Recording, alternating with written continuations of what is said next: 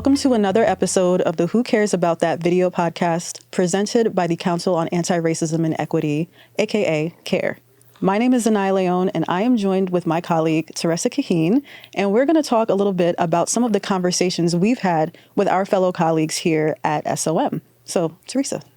Okay, I'll get us started by sharing a little bit of background for those who don't know about CARE and about the subcommittee that you and I serve on. Sure. So this is the third year of CARE. I think Dean Charles formed it in 2020 to address racism and all different forms of bias and inequities.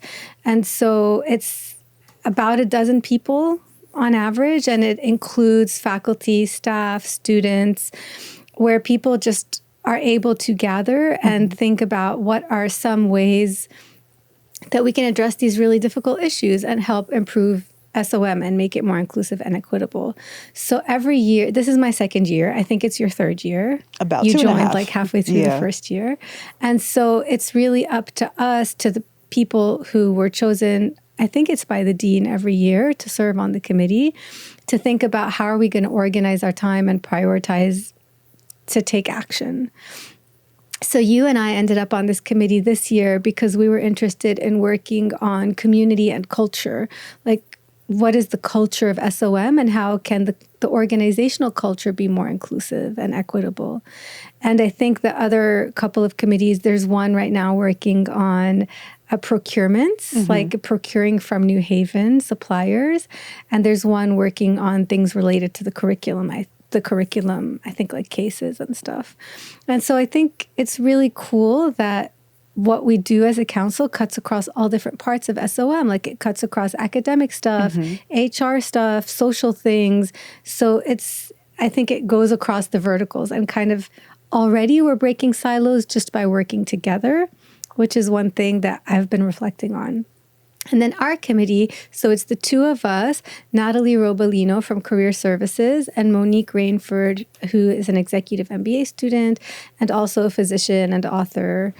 And I feel like it's been such a unique opportunity to work with these three women because otherwise we would not have been brought together in this way. Yes.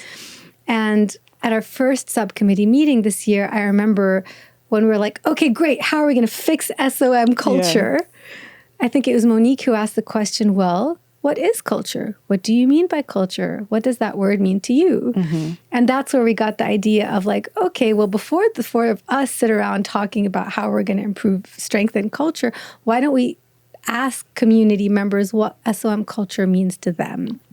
And so that's what we've been doing. Like each one of us set out to just have conversations with colleagues in a confidential, anonymous way about how they experience SOM culture and about if they could wave a magic wand, what is one thing they would change?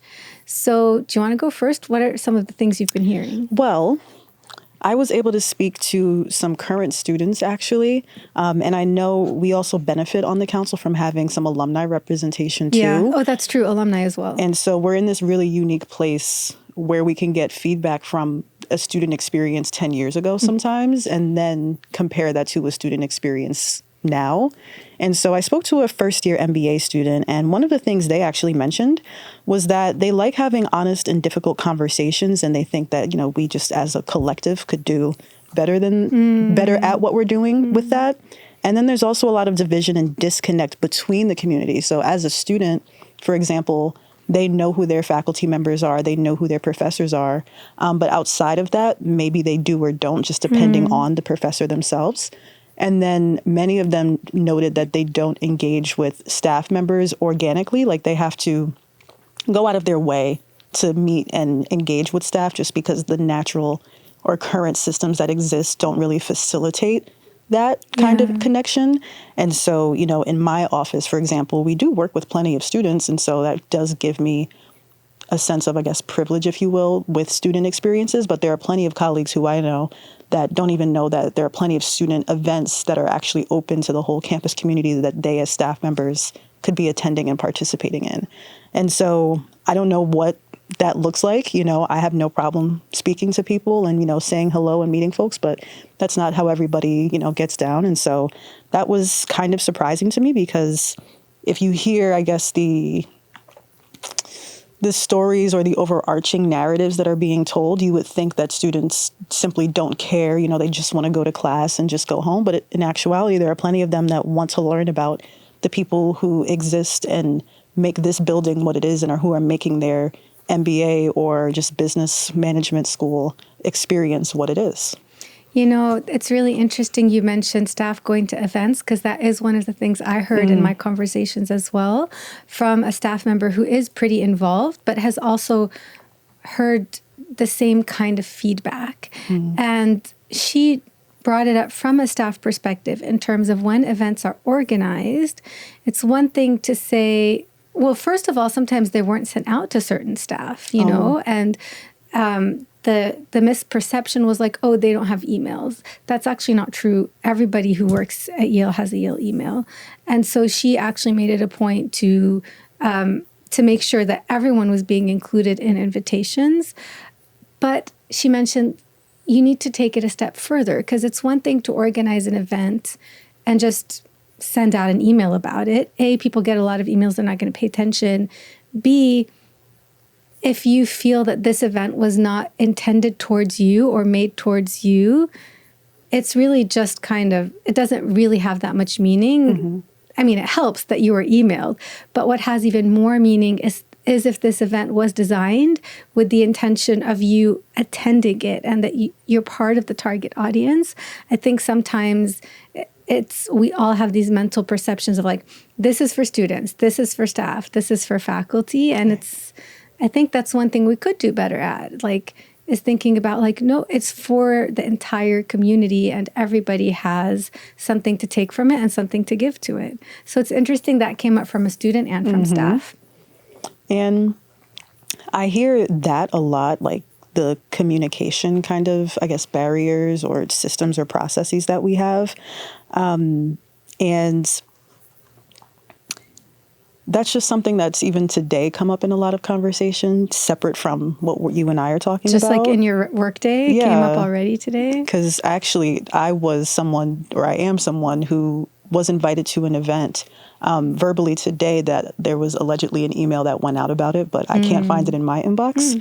And the assumption from the person who was sharing it with me is that they weren't the event, the people who were putting on the event maybe thought that, or they were thinking of staff as an afterthought. They weren't the intended audience from the beginning. And then someone came around and had people consider. But I checked my junk, I checked my spam, and I still don't have that email in my inbox. But then thankfully I do have colleagues who were able to, spread the information to me word of mouth. And well, I'll stop there for now. Do you have any other interesting pieces or any pieces of your conversation? Yeah, actually, what you're talking about kind of reminds me that this committee, as it exists this year, is a little bit of a follow-up and an extension of a committee that was formed last year that was focused on staff and improving staff experience at SOM. And that committee was formed because of the preferences of the people who were on care last year. And their thinking was, faculty have power. This is a faculty-led university. Students have power. They're the customer. They are listened to. They have student government. Staff actually may feel that they are the ones with the least voice and the least power. And so that committee was thinking about how can we be more responsive to staff concerns and needs. And I think that part of what we're doing in this year's committee about community and culture is thinking about let's talk about racism and equity. It's reflected a lot in staff. You have, for example, there's less people of color in faculty. It's almost zero. There's less in students than the general population. But in staff also, the way it's divided, you can see, for example, that clerical and technical roles are less likely to be held by people of color. And then more service roles, food services, janitorial, et cetera, are more likely they may be lower paying. They actually may not, was one of the things I got from the conversations. But they're at least perceived to be lesser roles or lesser paying roles and are more likely to be held by people of color. So you also see this social stratification within us that's like a mirror and even maybe an exaggeration of the disparities that exist in the outside world. That's one of the things that I don't like about SOM. There's a lot I love about it, but I would definitely like to see more diversity across the board. And I do think that staff feel that a lot. And one of the things that came up in my conversations was the sense of hierarchy, like I'm better than you, not just like comparing staff to faculty or students, but also within staff, like different types of staff. And one of the people said if they could wave a magic wand, they would take away any sense of entitlement. That, let's be honest, that is a word we hear at Yale. We hear it among the student body, and we even hear it among people in the administration who are just like, you know, I'm higher up than you or whatever, like you're lesser than me. And so that same person was telling me, when I asked them like what needs to be done, they were like, well, people need to do the inner work. Like a lot of this is inner work. But also I would add to what they said that on an organizational level, if we're asking as a collective, how can we be more equitable and inclusive? Then I think we need to be asking the question of, rather than just like adding someone on a mailing list or not, in your case of what happened today, like, is it enough what we're doing now in terms of addressing concerns, trying to like do a few things that seem positive? I think a community and a culture that is equitable and inclusive is one where we're asking, how can everybody thrive? Like really, how can each and every person thrive? And I think that there's room for growth for us there in terms of investing in every single member of our community. And I think that is a win-win scenario if you invest more in the people. So one of the people I talked to who had a clerical role was saying that they don't feel that their manager is really thinking about how can I protect this person's time and invest in their growth and thriving. And they had a lot of great suggestions on ways we can improve, which we'll dive into later. But that really made me think about, if we want to take the extra step, whether you're organizing an event or planning, hiring, or HR or whatever, like to really be thinking about it from that thriving point of view, even with the idea that managers want to protect people's time to go to events, because that's part of feeling that you're part of the community instead of feeling like you just have to eat lunch at your desk. Right. And I think you brought up a wonderful point about, you know, seeing the value in the individual as well. And one of the pieces that came up in my conversations that was from a staff member as well was basically recognizing that all community members, staff of course too, but everyone here, or a lot of people here, also, you know, have very robust lives outside of their SOM roles. And, you know, you would be surprised just like of all of the secret lives that everyone is leading. And so sometimes, you know, they come into their workspace, and not that they're trying to gloat or showboat or anything, but because of whatever their job title might be or their job classification, they get treated in a way that suggests that they're not capable of doing certain things. Whereas if you were to see them beyond these walls, they're capable of all of that and much more. And sometimes I would say a lot of that is another form of entitlement. Sometimes it's simply a matter of miscommunication. But I think, you know, something that I definitely try to do to the best of my ability, and I'm not perfect, but I do try to make sure I'm not assuming too much of people. You know, there are plenty of things that I do know and plenty of things that I don't. And so I do always try to ask, you know, or if I'm explaining something, I say, you know, please forgive me if this is redundant to you, or like, are you familiar with XYZ before I spend all this time explaining it? Because they very well might be. And sometimes I think staff would they wish that other people would kind of do that when interacting with them, because, you know, now it's you think that I'm not capable of, I don't know, printing out of the printer machine with Staples in it. But little do you know, my family actually runs Staples, the company, you know? Yeah, seriously. And so, you know, just taking the time to actually get to know the people that we're interacting with could go a long way, I think. And I think that's probably a piece that the folks who are talking about this are probably, you know, they feel like they're missing.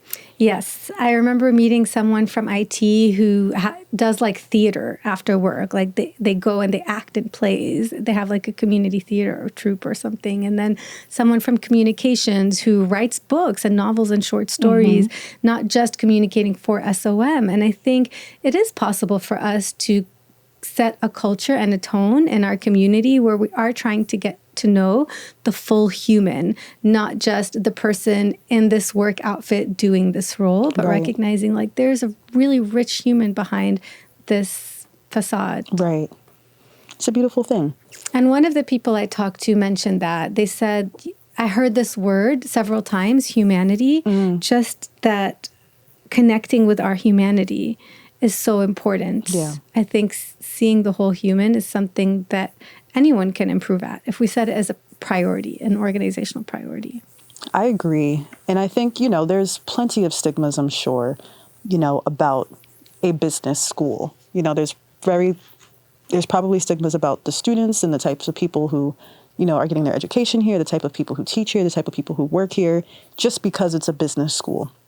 And at the same time, we also hear a lot about, because this is the and society school, that, we have, compared to our peers, a focus on, I guess, like the social aspect, the leaders of business and society. And so I think that we are primed as an SOM community to kind of put an extra emphasis on the things that people wouldn't think that, business schools care about. And that includes humanity, like you brought up.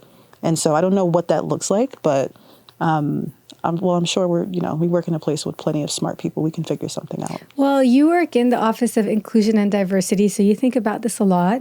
I teach social entrepreneurship, so all my students call themselves the And Society people, which breaks my heart because I don't think that it was the mission was crafted that way, where it's like you're either business or you're And Society. Even though that's how people discuss it, the whole point is that everyone is supposed to be both. Right. But unfortunately, that's how it is today. Maybe that's something that can change.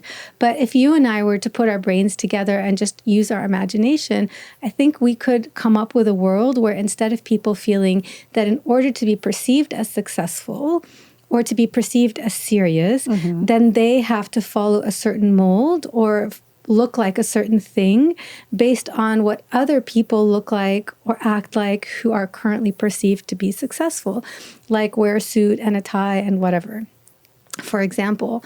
But rather, can we give ourselves the freedom and the agency to be our full true selves, and then by being successful, because we are providing this great training to really smart people who are going to make a difference no matter what, like, can you be your full true self? And then by being successful, you're changing what it looks like, what the perception of a successful person is like, so that we don't have to feel that we have to look and act a certain way to fit in with the mold.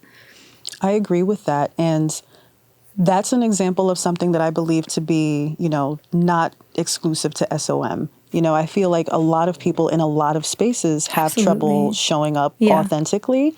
And I guess in the context of, sure, SOM, but I think in the context of, a job in general or, a place of business or a professional space, sometimes people feel as though them showing up authentically might be met with a resistance that will then, impede their success in that space or whatever the case is. I know plenty of folks who we spoke to, part of why we even had to have casual conversations was because we couldn't do a survey or we couldn't actually get people to kind of like identify with whatever issues that they wanted to share, just because, they didn't want that to then be reflected back on them.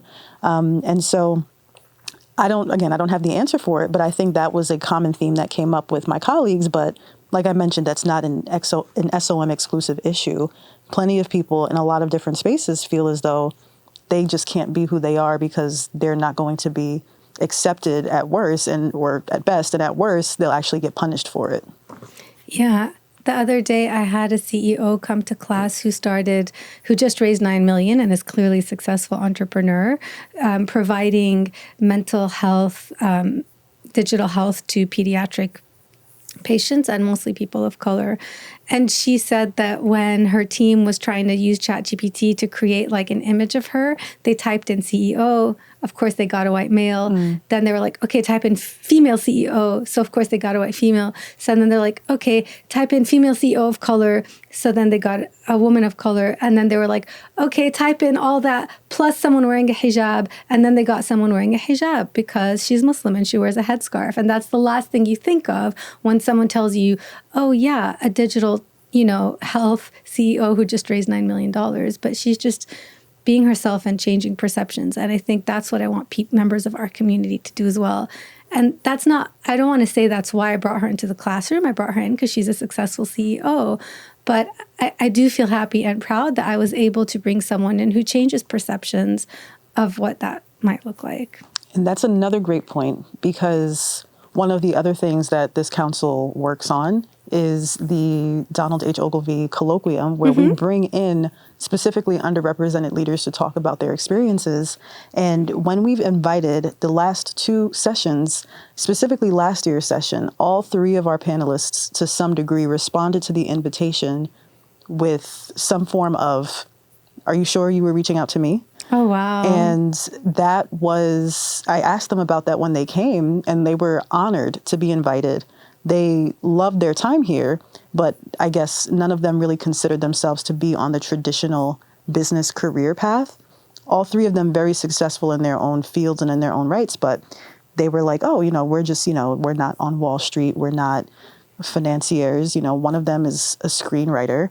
One of them works in like health equity and education, and the other one had bounced from the NFL to the Department of Defense to somewhere in the White House at one point before landing at a tech startup and being the CEO of that.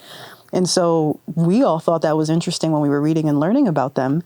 But, to them, they were like, oh, well, why would we be invited to talk at our alma mater? And it's like, what do you mean? Like, this is, you have these wonderful experiences. And yes, of course, they're not the traditional ones, but you are still a product of SOM, and you're using your business school experience to change your respective worlds.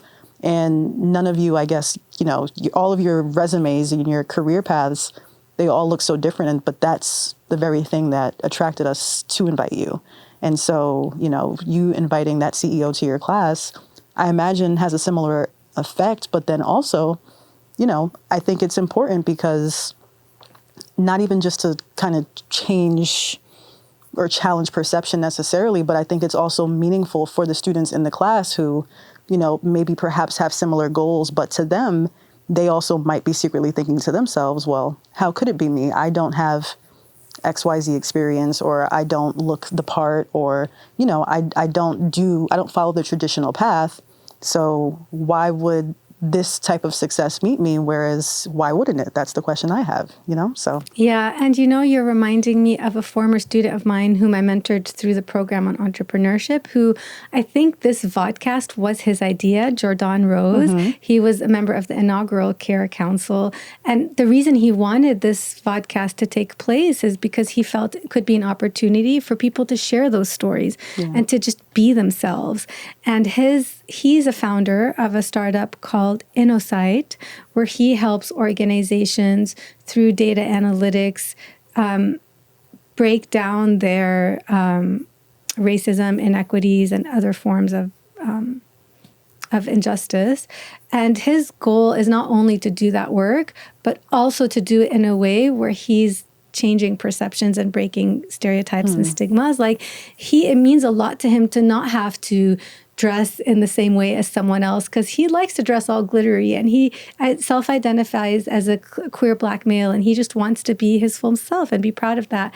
And I love that. Like, even I, as a member of the faculty, don't always feel I can show up in this space the way I show up in other spaces, because I feel that there's already a lot against me. I may be younger than others. I'm female, so I have to work a little bit harder to be taken seriously. And maybe some of my male colleagues might show up in flip-flops, shorts, and a T-shirt and still be taken seriously because they have a white beard or whatever. But I can't really do that. I won't be treated in the same way. There have already been events where I wasn't given the same respect as another member of the faculty because someone thought I was a student or a member of the administration, which actually shouldn't make a difference in terms of how you treat someone, but that is how I was treated. So I want to kind of hold on to Jordan's legacy and try to do right by him in terms of helping to create a space where people feel that they are seen for their potential and for everything that they are. And that's not easy to do. And going back to our conversations, one of the staff members I interviewed really felt that the only way to feel safe here was to kind of keep their head down and not be seen. And that's anything else might invite negative experiences. And that's the truth. If one person I happen to talk to feels like that, then there must be other people who feel like that. So I also don't want to make it sound so easy, and don't want to discount the fact that, like, sometimes you don't feel safe showing up as your full self, and you don't really want to be seen, and that is some people's realities. So I don't want to just make everything sound rosy and positive. I also want to acknowledge and validate that there are people here who, even if we invited them to be their full true self, don't feel safe doing that. And that is part of, there's so many great things about SOM culture. That's part of one of the things that's important for us to talk about. And another person that I talked to really told me that it's really important. I think when I asked what would they do if they could wave a magic wand, one of the things they talked about in terms of suggestions was, like, we have to have these difficult conversations. We can't be afraid to say what hurts us as a community. We really need to talk about difficult topics. And this staff member felt that maybe now, in a different way than before, with Dean Charles at the helm, that people might start feeling comfortable doing that. So this might be a transition into some of the suggestions that we heard, or potential steps forward, is this notion of, like, well, let's get together and have difficult conversations. What might that look like? Maybe it's small group conversations where people feel safe. Maybe Dean Charles comes to some. Maybe he doesn't come to others. Maybe there can be larger town halls.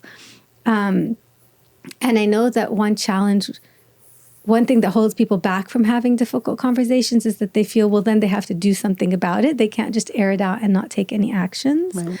But I do think that talking about it at least is a start, which is what we're trying to do in this committee. Definitely. That's a good time also to start talking, because those were my examples from my conversations. And the good news is, like you said, we do ultimately enjoy where we work. It's a lovely place, and I've got a lot of great and fun stories here, but that's me, and I can't say that that's the experience for everyone, and I'd love it to be. And so, maybe having more intentional and difficult conversations, and exploring what that looks like. Even when we say difficult conversations, some people might consider what we're doing right now as difficult, right? But I feel pretty chill. I feel pretty relaxed and not too intimidated. And sometimes it's also just creating, like you mentioned, also creating spaces just for people to kind of dip their toe in the water, kind of like take that baby step into being in physical spaces that they may not even be used to, and then starting to have discussions that they may not typically have. Today, I was talking to another colleague as well, and we were just talking about people's participation rates in casual events. And even that, sometimes, like I mentioned before, there are events that happen that staff and faculty may not feel like they're invited to, even though it's an all community event. And then there are people who just simply might be a little bit shy because, there's 50 people in this room and I'm used to my team of 8, and that can sometimes present a barrier. And so, I don't actually have the answer for that too, but I love any opportunity for SOM to throw a party. We love any opportunity to offer seriously good food, This is investing in community. And that's what it's all about. And I think something that we're doing is hosting a lunch, again, hosted by CARE, just next week, to highlight diverse suppliers, and then also to share with our community members what CARE is and what's going on, and get them excited for the events that we have coming up. And, that doesn't, again, have to be a courtroom intense situation. It's like, we're going to have Dominican food, and then there's going to be people, and I can't wait. People are going to ask the questions that they have, and we'll have answers, and it's going to be an hour, and then we're going to go back to our lives, Yeah. One concrete suggestion I had from someone I talked to in terms of how to have difficult conversations, or just more conversations in general, is they suggested this event that's already held at SOM called Voices. Have you heard of it? I have. I think it's mostly students, but ironically, I first met this person when we were both asked to speak at a Voices event many years ago, pre-pandemic. And And this person felt that an event like Voices allows people to see the humanity in other people. And it's actually not well attended because of scheduling, but now it has the auditorium. So maybe we can make room for everyone to have a voice through that. So that was one concrete example that came up. Another one is like, how can we be active citizens in the New Haven community in terms of people come here for 2 years or longer if you're staff or faculty.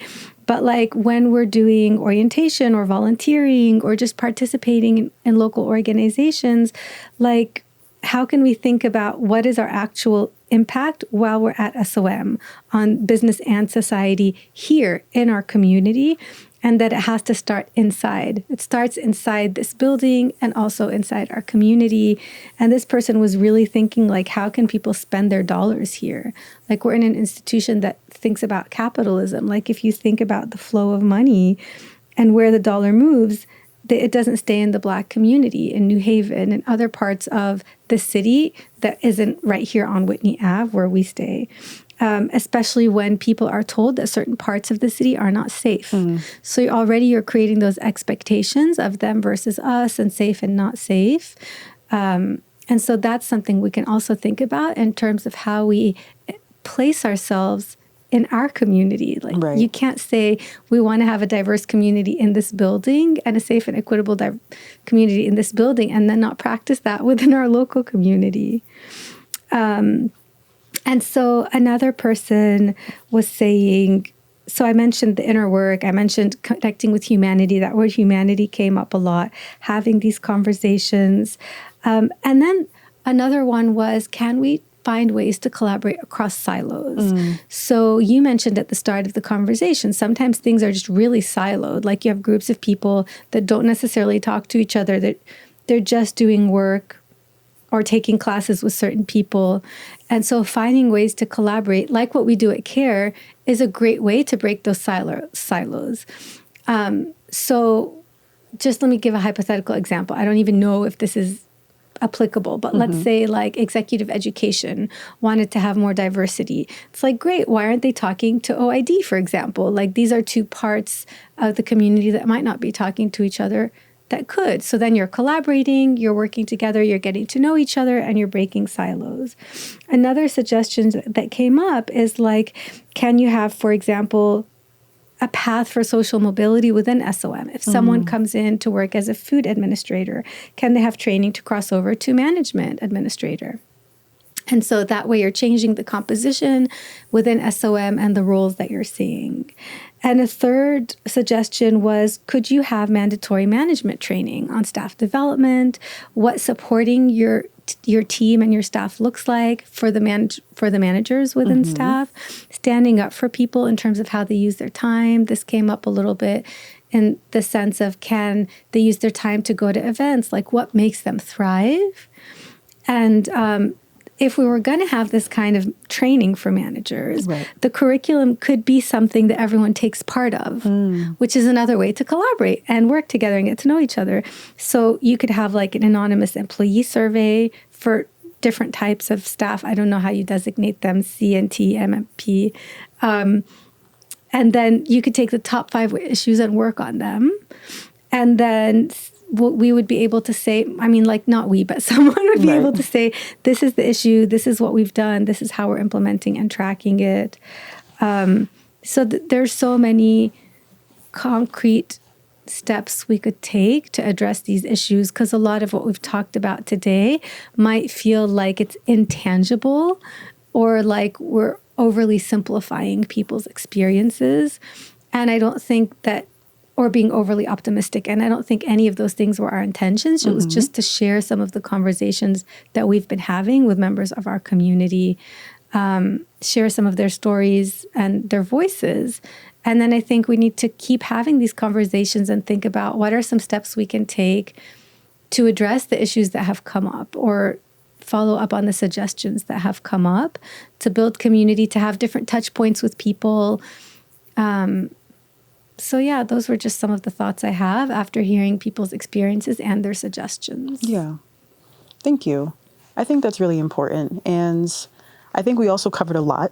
And so I think for us to kind of wrap up our conversation, I want to give us both a thought exercise, a pretty simple one though. And so think about either one of two things: an experience or a time where you have really felt seen here at SOM, or something that you are looking forward to in the context of SOM and its future and your future. Thank you for asking that question. I think I'll answer both prompts. Okay. One time when I felt really seen was very recently, when a staff member who works kind of like near my office, outside my office in a cubicle, who is actually part of the faculty support team and doesn't necessarily support me as a faculty, but like that's our relationship. I'm faculty, they're faculty support. And they sent me an email and they said like, how are you doing? Like, I know that you are Arab and I know that there's a war in where you come from right now. And there have been a lot of protests in New Haven and that there have been a lot of conversations within Yale about how this affects different people from the Middle East. And so I just wanted to check in. And that person had already a few months prior in the fall when this all started, like walked into my office to see how are you doing. And that just meant so much. And so that's one time when I really felt seen. And I want to thank that person if they're listening and encourage others to do that as well. And then something I'm looking forward to is actually the two events you mentioned. I'm really excited. Wonderful. We're having a care lunch to just bring people together over delicious Dominican food and chat. And I'm really excited about the colloquium that's happening this spring. I hope a lot of people come. It's just another opportunity to get together and kind of like change the everyday and build community and enrich our culture. Wonderful. Thank you for sharing both of those things. I too am excited for the upcoming events. I'll also answer both prompts. I think I'm definitely grateful to have a few instances where I felt seen. And there have been times where I've received emails from students specifically about some programs that our office, either sponsored or put forth. Between last year and this year, we were just kind of trying to do things a little bit differently. And it went over really well, especially with our students. And so I didn't necessarily realize how much, I guess, of a need there was that the students were looking for in terms of having like elements of their culture reflected. And so as our office celebrates different affinity months in collaboration or following kind of the broader Yale calendar, we were able to kind of do things our own way and to cater some things to our students. And there have been times where we've gotten just emails like, wow, thank you so much. This is the best. Like, this event had the best food I've ever had here. Or, like my favorite song was playing on the radio or on the speakers. And that's usually not, what I hear. And I'm like, wow, that's really cool. So you were appreciated and you changed someone's experience of SOM. And that was really nice because, that wasn't what we were necessarily setting out to do. But it was a wonderful byproduct. And something I'm looking forward to as well, definitely our care lunch and the colloquium. Each year, we try to offer within the colloquium over the full day and a half. It's basically a 2-day experience with a keynote as the cherry on top. But we try to offer opportunities for our community to get engaged outside of the keynote. And so for the last 2 years, we've done really interesting things. We did a brunch the first year with catered soul food and mimosas. Nice. And at last SOM? year, yes, cool. At SOM. And last year we had kind of like a really casual happy hour on the Yale campus, but it was just, it didn't feel too stuffy. It felt very informal, and it was just another space where our students were able to talk to our panelists. Our panelists were able to talk to former faculty members. And so I'm looking forward to how this one shapes up. We do have, I'm not going to say the official numbers, but we do have over 200 people already registered to come. Wow. So it's... Are you talking about the colloquium? For the keynote, yeah. Oh, cool. So there should be a full house, and we're still in the process of finalizing the details for all of the beautiful events that are going to surround it. But we are looking forward to bringing in our guests and getting them to engage with this current community. And so it's definitely one of the bigger, if not the biggest event that we do with CARE, but it's always so worth it. Last year's event, like I mentioned, with our speakers, with all these wonderful diverse professional backgrounds, we had folks who were coming up to us afterwards in tears because the conversation was so moving and they learned so much, and they were like, I can't believe my alma mater is doing something like this. Yay. And I'm like, wow, great. So, we want to keep up the momentum. So I'm looking forward to the next one. I went to the vodcast launch party last year when we kicked off the first vodcast episode. Yes. And it was so great that I feel like it doesn't need to be just for the launch of the first episode ever. Like, why don't we do one every time an episode airs? Yes. It can be like a vodcast watch party. It doesn't have to be as huge a scale, because that was huge. But I like that idea. Just planting the idea. No, that was great. And I think, I think we want to move in that direction too. That launch party was also a lot of fun. And I think even during my tenure here, it was one of the first projects that I got to work on. And again, just kind of seeing everybody in one space, to me at the time, as I was still a newbie. And so it was a nice sight to me, but I found out afterwards that plenty of people, they were happy about it, but they were surprised that there was an opportunity for students, staff, and faculty to just be in one space. Again, for me personally, that wasn't too different from what I'm used to, but I guess in the context here, it was kind of different. And so I had faculty members, I had students, I had staff members who were new, staff members who've been here for years saying like, this is great. Nothing like this has ever happened before. Yeah. And so that just only encourages me to work with our council to continue to make more experiences like that. Yeah. And I do want to say one thing in closing, which is like, there are so many different actors at SOM working on anti-racism and equity. This council is not the only group of people. Like, there is the Office of Inclusion and Diversity. There are the faculty who are always working on hiring and on case studies and on diversity in the classroom. There's the student government that's already working on so many topics. It's just like, what's really cool about CARE is that it cuts across all those groups of people and all those different silos, and it adds something. And so I guess I just want whoever's listening to know that there are a lot of people working to make the culture and the community at SOM a richer, safer, more diverse and inclusive one, and that to just encourage them to be part of that movement. Right. I agree. And I think that's a wonderful place for us to end. So thank you for joining me down here. Thank you for allowing me to join you down here in this conversation. Thanks for making this happen. Of course, I'm happy to do it. And I'm excited for the work that we continue to do on our council for the rest of the year. Onward. So, onwards. Thank you for tuning in, and we'll see you in the next one.